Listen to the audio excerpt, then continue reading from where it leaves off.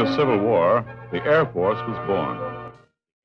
When members of the New York National Guard began experimenting with balloons. The Army Signal Corps balloons were the foundations of National Guard aviation that laid the groundwork for air power. And as early as 1898, the War Department showed interest in the glider.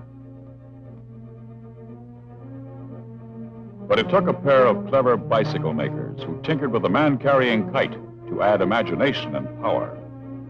Wilbur and Orville Wright gave the glider a water-cooled engine of their own design and two chain-driven 8.5-foot pusher propellers.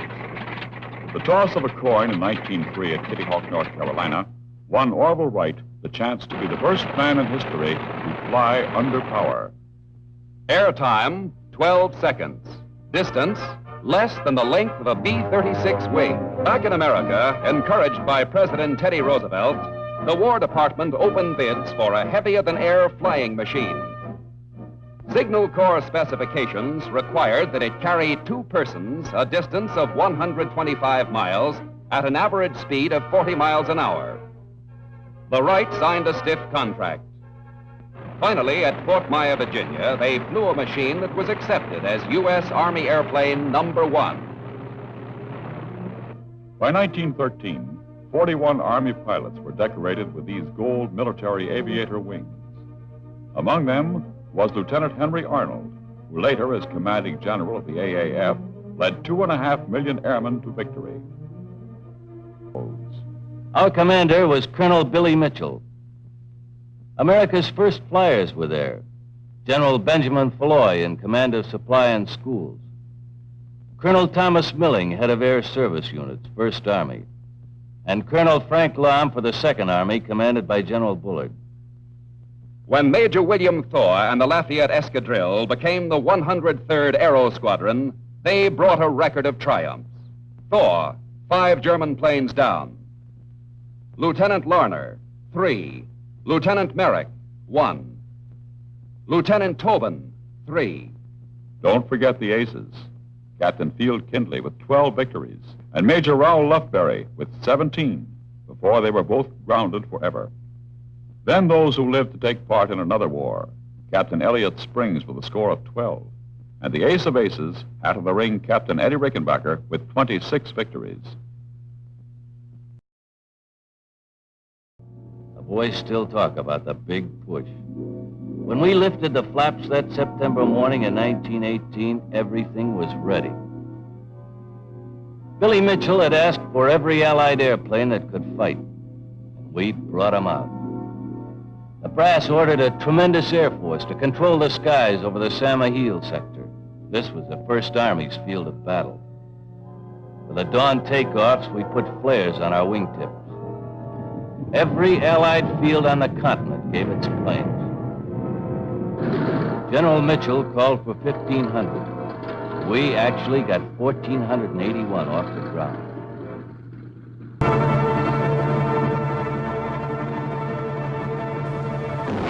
The birth of the United States Air Force, September 18th, 1947. The Soviets are our adversaries. The Navy is our enemy. General Curtis LeMay. 2 years after the end of the Second World War, the National Security Act of 1947 created the Air Force as a separate service, equal in every respect to her senior partners, the Army and the Navy. Turmoil greeted the airmen. Within the new Department of Defense, strong support from the Army was countered by vocal opposition from a tradition-bound Navy fighting to maintain its relevance in a nuclear world. A nearly universal belief in the war-winning potential of nuclear weapons fed the Navy's concerns. Ships and aircraft carriers had no place in a modern conflict dominated by intercontinental bombers armed with atomic bombs.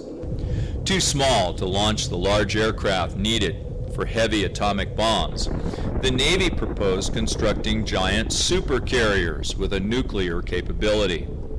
In the interim, the admirals launched a media campaign questioning the wisdom of allowing the Air Force to monopolize nuclear weapons. Stoking the fire of inter-service rivalry in public, without clearance from the Department of Defense, the Navy's comments were perceived as dangerously divisive and directly insubordinate to civilian authority. In response, supercarrier funding was cut, the Air Force budget was increased, and civilian control of the military was reaffirmed. Convinced of the supremacy of nuclear weapons, no one within the military establishment saw the rise of anti-colonialism and a future filled with wars of national liberation, proxy wars, and limited conflicts. In 1950, the hidden cost of that neglect came to light on a little-known peninsula in eastern Asia called Korea. Korea, the Dominican Republic, the Congo, Vietnam, and dozens of other limited-scale incidents showed the need for conventional military force in a world struggling for freedom. In the next decades, nuclear deterrence would change in ways unforeseen by the service chiefs. Air Force intercontinental ballistic missiles joined heavy bombers and Navy submarines armed with sea-launched ballistic missiles to form the nuclear triad that would keep nuclear war at bay through the dark years of the Cold War.